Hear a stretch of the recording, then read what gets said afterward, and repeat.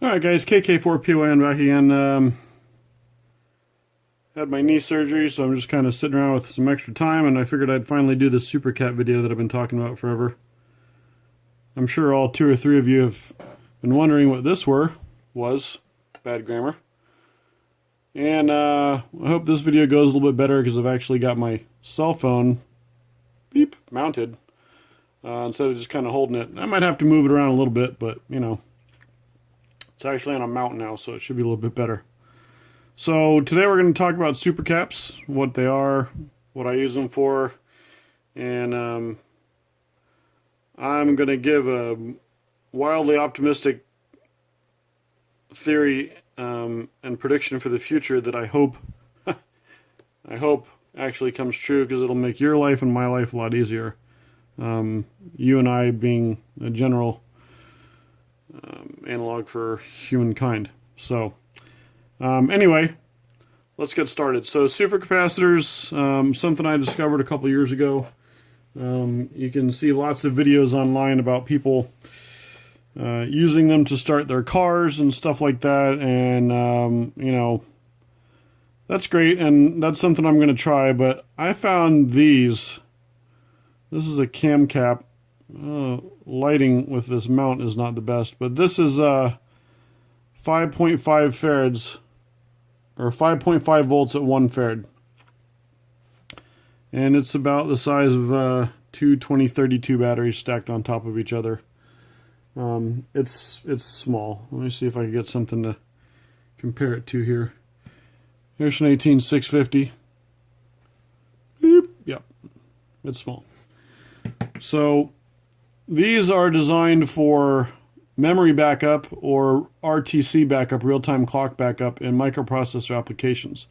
So if you've got an electronic device that has a volatile memory, it needs to keep a setting or a clock or something like that, and those settings are not stored in non-volatile memory, then this is the answer. This will keep your memory backed up for whatever you spec out, depending on how much that memory or clock circuit draws.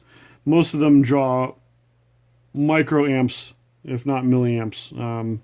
Very low power stuff, which is fine. That's great. What good does that do to me as just a general geek or a ham radio operator or anything like that?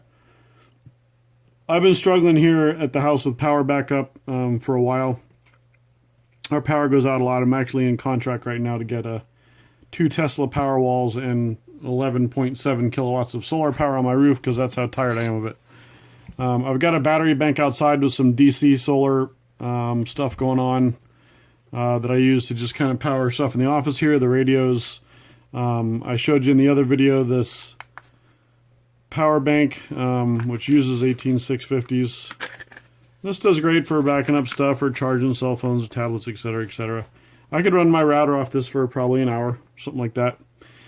And I should probably update that other video in the comments, but I did successfully manage to charge this particular one off of my solar panels directly without any solar charge controller. I didn't leave it on there for that long, but just because I was kind of out of time and it was in the evening. But as you can see, the input voltage on this is 16 to 21 volts, 1.5 amp minimum. So I plugged it into my 100 watt solar system, which thankfully had this connector on it. It goes into the charge controller. Look at that, I'm already getting aside from my actual video here, but no. Come on, sucker. This is the charge controller for my new Harbor Freight 100 watt system. And this solar input is a standard 2.1 millimeter jack that you find on just about everything DC these days. And you can see it fits with the little janky ones you get from China. It's got 3 outputs. This is a whole nother video. Anyway, I did charge that power bank off of solar. It was only charging at 500 milliamps. I used my little setup that I showed you before. But it was charging, and it did increase in voltage in the 10 or 15 minutes I had it sitting in there. So anyway, yeah, so I'm obsessed with having power backup and redundancy and stuff like that. So The supercaps are something I found a while ago, and like I said, I know there's guys using them with solar. There's little battery backup banks made with these huge things that they make, you know, starting your car. The real advantage to supercaps, without getting too scientific, because this information is already out there, is their power density is not as high as a lithium-ion battery, but they charge incredibly fast, almost instantly. And they can deliver almost unlimited amperage instantly also. So they can charge and discharge at whatever they're rated for, like that, which I'll show you. So what good does that do me? Well, it does a couple things. The problem with using lithium ion to back up stuff is that if you leave this charging with an improper charge controller, it will die. It'll just burn out, and after a while they burn out, and they're only good for a certain amount of cycles anyway. I use a little TP4056 boards here, this new style with the voltage protection, so that I don't undervolt my lithium ions when I do it in single cell. But if you were to leave a lithium ion battery hooked up to something constantly like that, eventually it's just going to bake. You know, even the best chargers in the world, lithium ion is not good for long-term power backup. Nor is Lucy. Are you eating a lizard, girl? What are you doing? My dogs. You know, a lot of battery backup uses lead acid or something like that for solar.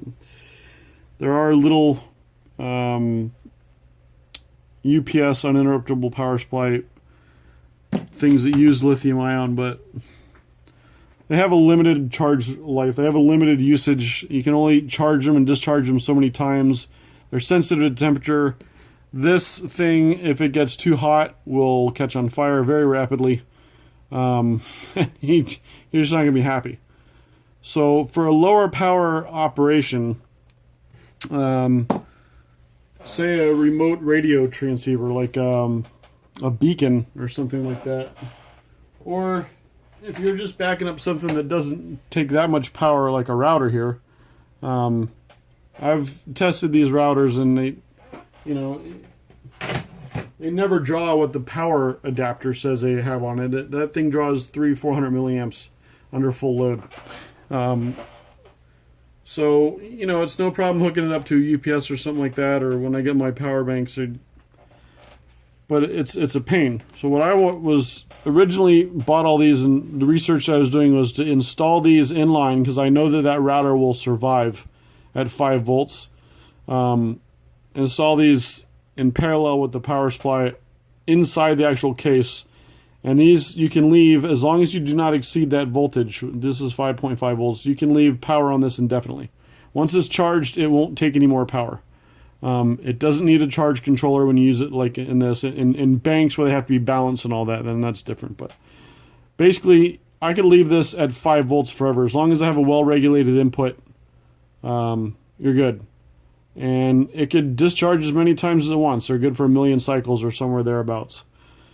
Now, it's not going to give you the runtime of a lithium ion, obviously, especially not in this form factor, but for those little brownouts and stuff like that, unplugging it, having to plug it back in, you know, the different, something like that, it'll keep a router up for a couple minutes.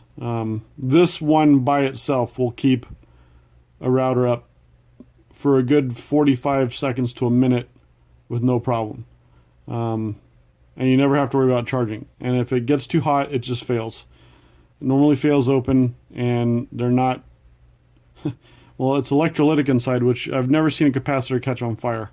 They just fizz, smoke, do whatever. So, okay. Anyway, let's look at that in practical application. What I've got here is this unit, which is built out of some smaller ones. These are 5.5 volts at focus at 1/10 of a farad. I got all these in parallel here with this little blue LED and a current dropping resistor, so that even at 5 volts it's not going to overvolt this LED. And then I just got some wires tagged onto it here for ease of use. So what we're going to do is I'm going to put this down here, and we're going to look at it on the Get that out of the way. Get that out of the way. Look at it on the meter here and see how much voltage is in it right now. It should be 0 because I 0.5, a half a volt. There's a half a volt in there. Anyway, as you can see, the LED is not lit or anything like that, so it's basically dead. So what I've got here is, these are the 2 leads for my power supply, which right now is set to 5.1 volts. I won't go above that. I know that for a second or two they'll take above that rated voltage, but the minute you do that, you're damaging them. So I never go above 5.2 volts, something like that. So we're going to hook this up, and this is a low power indicator LED. It only draws about 10 milliamps plus whatever it burns, with the dropping resistor coming from 5 down to you know, 3.2 or 3.3, whatever that blue LED, it's a blue LED, whatever that runs at. So what we're going to do here, and I apologize I don't have the meter hooked up too, but I can't find the second set of leads I had. But basically I'm going to charge this just for a second, and then you'll see the LED glowing, and then prepare to be amazed at how long, this is a capacitors, guys, this is not batteries, okay? Prepared to be amazed at how long this little LED will actually run for with this resistor off of this. And of course, if you look at, you know, these are 0.10 farads, 0.10 farad on each one. So when you put them in a pair like this, the voltage stays the same, but you lose a little bit of capacitance. But it's still more than 0.1. I forget what the actual, what I calculated this out to be, but anyway, here we go. We're going to hook this up. I'm going to show you both of the leads in hand real quick. 1, 2, 3, 4, 5. 5 seconds. I charged that for 5 seconds, and here's our LED glowing brightly, as you can see. And that's going to glow like that for, you know, the better part of a few minutes. And I charge that for 5 seconds. You can see that it is disconnected now. There's that red wire. It's not charging anymore. I charge it for 5 seconds. And it's still running. You've seen this phenomenon before when you unplug the power supply to your laptop, or just a kind of a wall power supply. It glows for a couple seconds. That's because the filter caps that are in there obviously are supplying a little bit of power, and LED doesn't take much. But so here's 10 milliamps. It's been running for a while.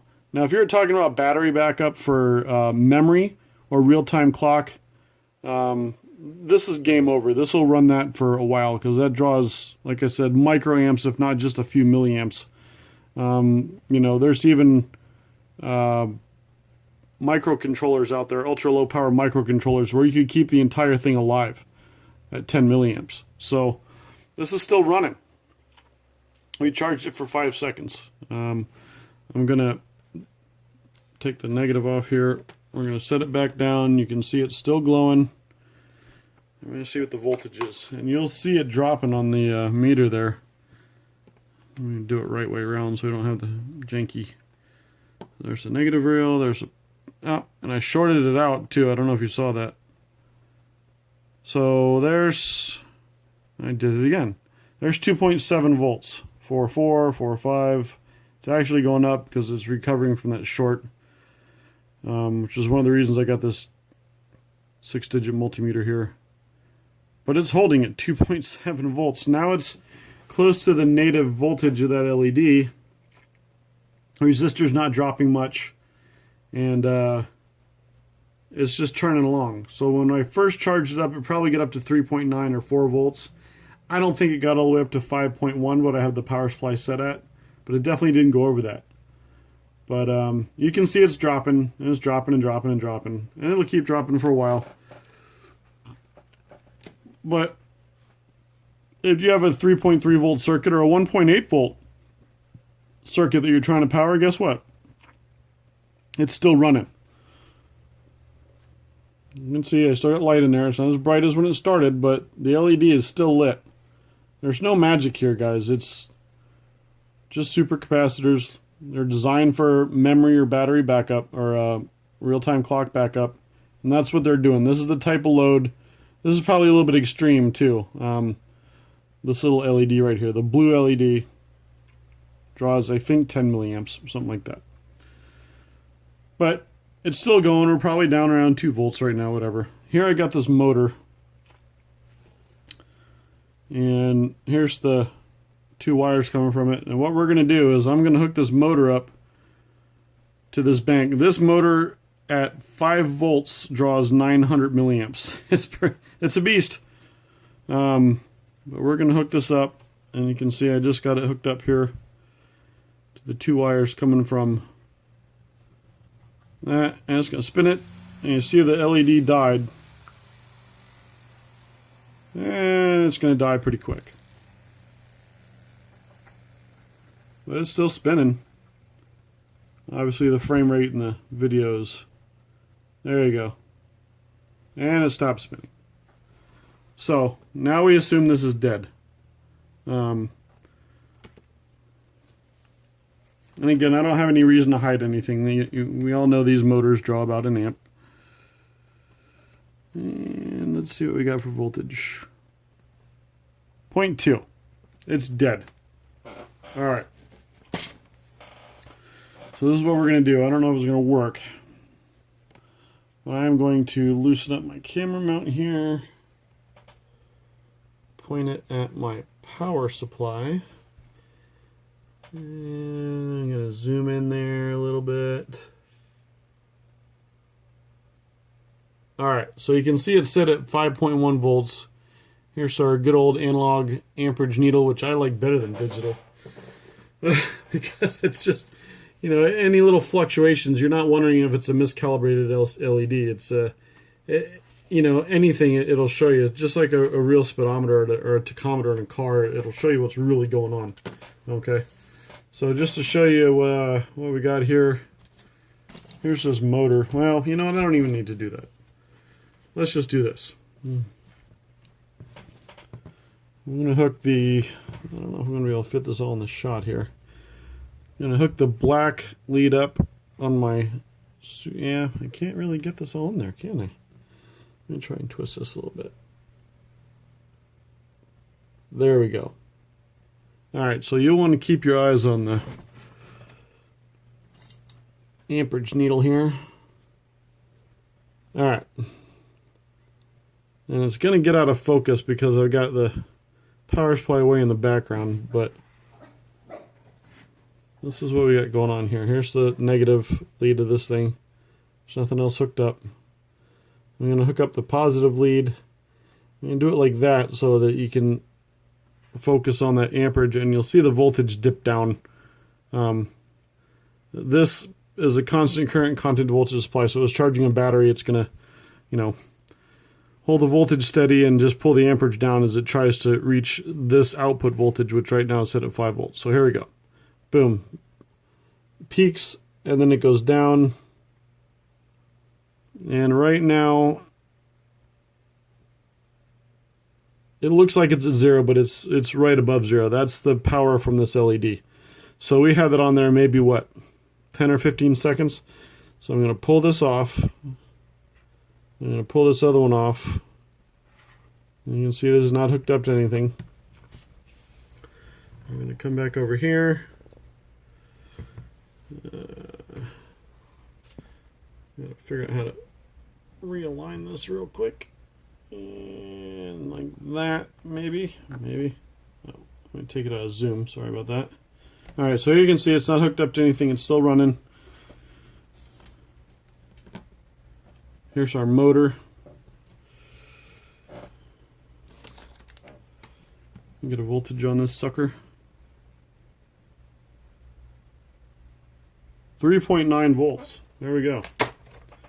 Alright.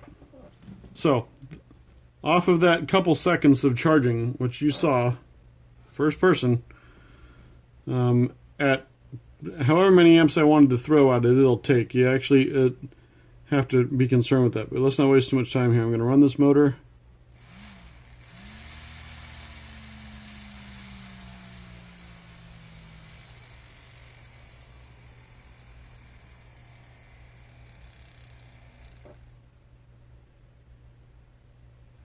It's still got some more.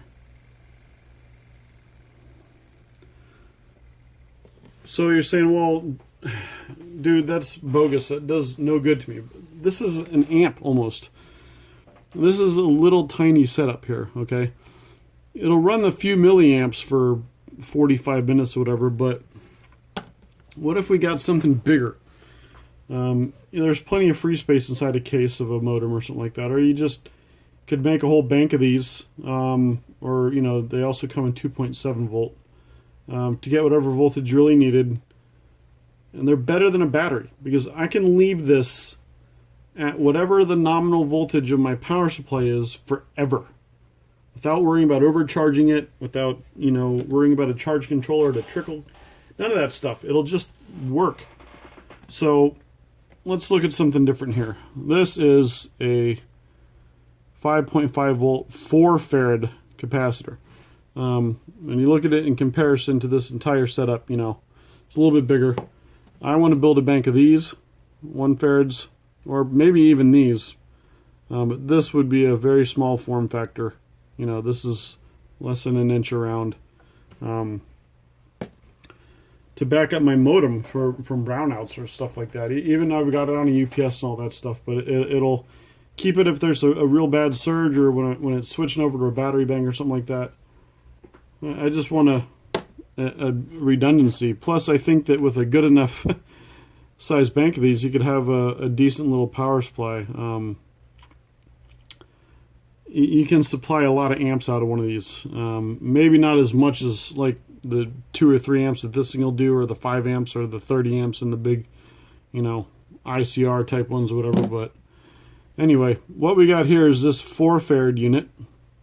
And I've got it hooked up to the little boost circuit here, which boosts 3.6 volts up to 5, or 3.3. This is designed to boost a single cell lithium ion up to USB voltage, and I think this is a 2 amp board. Don't quote me on that. Anyway, what we're going to do here, I'm going to adjust my camera again. Hopefully this all works. Let's get rid of some of this glare so you can see the meter. I am going to put the meter on this constantly, and I'm going to do that with some leads here.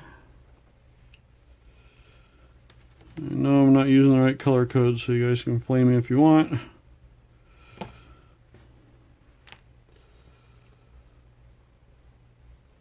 we'll use green for ground. How about that?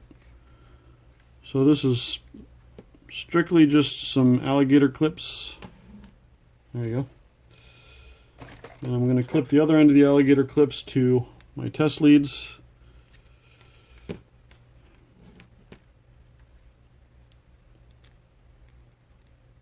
Alright, there we go. Move this out of the way so it's not confusing anybody. So this thing right now is showing nothing, 0.203 volts. Okay, so we're going to flip that over. So you can see that's all I got hooked up to it, okay? And my power supply is still set at 5 volts. So what I'm going to do is I'm going to double check my polarity first off. Get a little bit closer look at this. Yep, and negative up there. Okay. So you can see I just got that soldered in. So I'm going to take my power supply leads here. We're just going to leave the negative side on there. We're going to tap this positive side on there. And this is 4 farads. Okay. And you're going to see the voltage come up gradually as the power supply charges the cap. 2, 3, 4, 4.9, 5.07 is what the power supply is set at right now. Close enough. Okay, taking it off. Disconnecting power altogether. Oh. It's going to drop because this thing is boosting right now. We're going to plug in the charger doctor, which by itself, I don't know how much that draws. You can see it's showing 5.06 volts. So it's boosting the output of this cap up to 5.06 volts. Now, right now it's probably passing it through. You can see it's dropping a little bit. Dropping.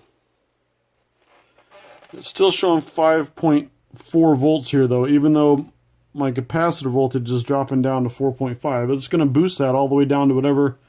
And I don't know if you can see it, but there is a red light on that board showing that it's working. You can see it's not pulling any amps. We just have it hooked up to this thing. Still at 5.07 volts. And this thing is going to run for a while. I assure you it's not hooked up to anything else. It's just running. It's boosting. And it's going to boost that up to 5 volts until the battery voltage gets down low enough to be below what that boost can do. So, what does that mean? If this was a router, it means it'd be running for a while. You know, we might put 2 of these in parallel. I'm going to turn that overhead light off and see if I can get rid of that fan strobing out of there a little bit. There we go. Just so that we can see this better. You can see that red light's on, and what I'm going to do is I'm going to plug in this light. This light draws 70 milliamps. There you go. That light is being lit with that capacitor. There you go, 0.07 amps. You can see it's dropping quick now, 3.2 volts. And eventually what's going to happen is it's going to drop out. 3 volts, 2.9. I forget what the spec on this boost converter is. But you can see it's still got 5 volts coming in the output. If that'll switch. 5.3 volts. So it's dropped a little bit. We're down to 2.3 volts. LED is still on. There we go. It's done. 2.1 volts. So that's useful power. But the amazing thing is not that it's a boost converter working through all this. The amazing thing is that I only charged that capacitor for 10 or 15 seconds. And if you don't believe me, we'll hook it all back up. In fact, let's try the power drive this time. Maybe harder to see. I'm still at 2.1 volts there, so I'm not totally dead. But it's below what this boost converter wants to give me. Hook up the power drive.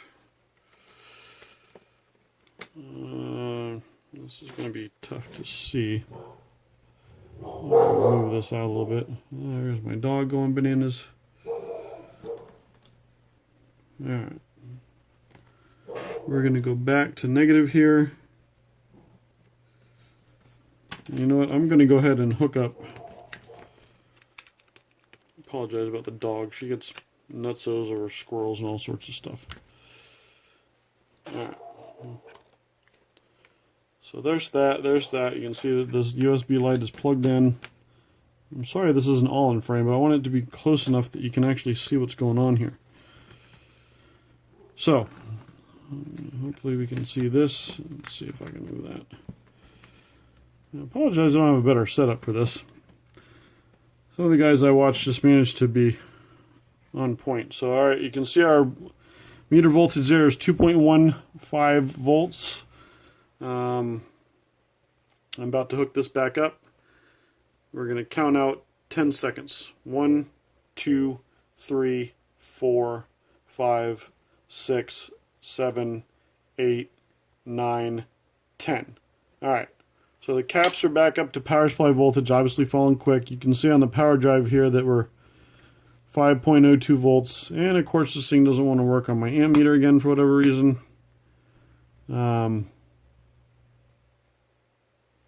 I don't know, this thing is a turd. Anyway, you know, this light draws 70 milliamps. We saw that on the other, on my other USB thing, my charger doctor. But that's useful. Some of those little emergency flashlights that you charge with a crank or something like that, you could charge this thing up in no time. And have you know, useful power. This is not the most efficient boost converter that you can get. You know, this is drawing 70 milliamps. I could probably get the same amount of light or more with 30 milliamps or 25 milliamps out of a better LED. This is just one of those IKEA Janso ones. It's easy to work with, but you know, I only charged this thing for 10 seconds. And when it gets below its usable voltage, it's just dead. The boost converter will cut out here in a second or two when we get to, you know, 2 point whatever volts. But when it gets below the voltage at which the connected load works at, it's over. It's done. There's no drama. It doesn't matter how low. You can discharge this to 0. So if you had a more efficient boost converter, you could charge this up to, there you go, it's off. You could, you know, you could run your load down to a lot lower voltage. And I don't need any type of charging circuitry to watchdog this thing. I don't need anything. It just works. It'll work as long as your power supply voltage doesn't go over the capacitor's rated voltage. I personally think it's amazing. I don't know about you guys, but I have seen a video about, you know, scalability on these things, and they're talking about using supercaps for EVs, electric vehicles. Guys, here's my prediction for the future. If they can get this technology, and if you watch some of these other supercap videos, this is specifically for 5 volts, okay? If you have any 5-volt appliance, be it something like one of these little, you know, USB-powered cameras or anything like that, just putting this in line with your power supply done right, obviously, with the proper research, don't just jam stuff in there. You've got basically you're brownout proofing that thing for good, and you don't have to worry about it. These are rated at hundreds of thousands of cycles versus 2,000 for a lithium-ion battery. If it gets too hot, it vents. It doesn't do anything. There's no fire. If it discharges to 0, it doesn't matter. You can crank the thing back up to you know, full voltage again in 10 seconds. You're not losing any of the battery capacity as you charge and discharge it. Your cycle life is almost limitless. And where's my little load? You know, let me put the motor across it. It's still got 2.1 volts on this thing. We're going to put the motor across there and see what happens. I don't know if you can see that in the background there. There's the motor. So it's still got enough juice in it to spin this motor.